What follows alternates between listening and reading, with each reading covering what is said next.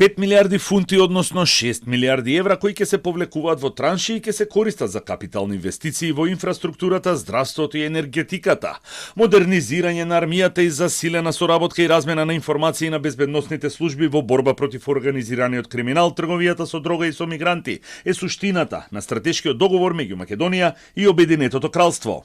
Преговорите за стратешкото партнерство траеле со месеци, соопшти премиерот Христијан Мицковски, а договорот со Обединетото кралство, кој го карактеризира како неповратен чекор напред, носи и политичка сигурност и влијае на рейтингот на државата. Мицковски нагласи дека условите под кои ќе се повлекуваат средствата се најдобри на пазарот. Реперни се два фиксни параметри, а тоа се грејс период и долг период на отплата.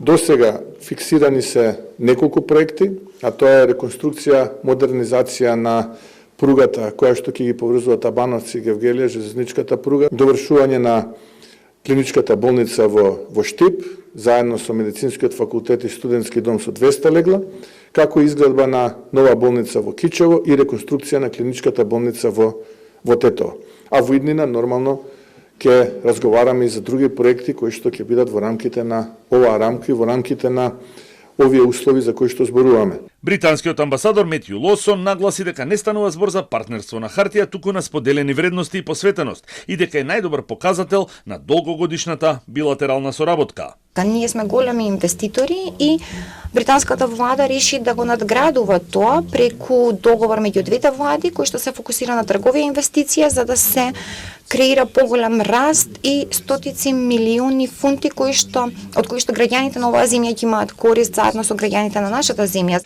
Јавниот долг нема да се зголеми, туку ќе се намали и покрај заемот од 6 милиарди евра, бидејќи БДП-то ќе расте, смета премиерот Мицковски.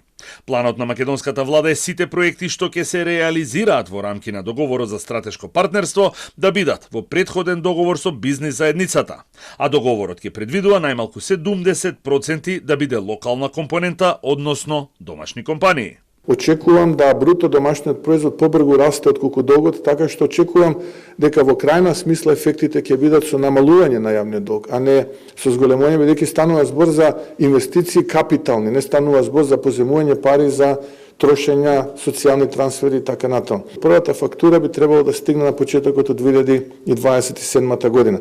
Така што ќе имаме период грејс кога ќе можеме да се развиваме, да го растеме бруто домашниот производ, за да не дојдеме до ситуација како што вие кажавте да порасне тој, а да не го следи растот на бруто домашниот производ.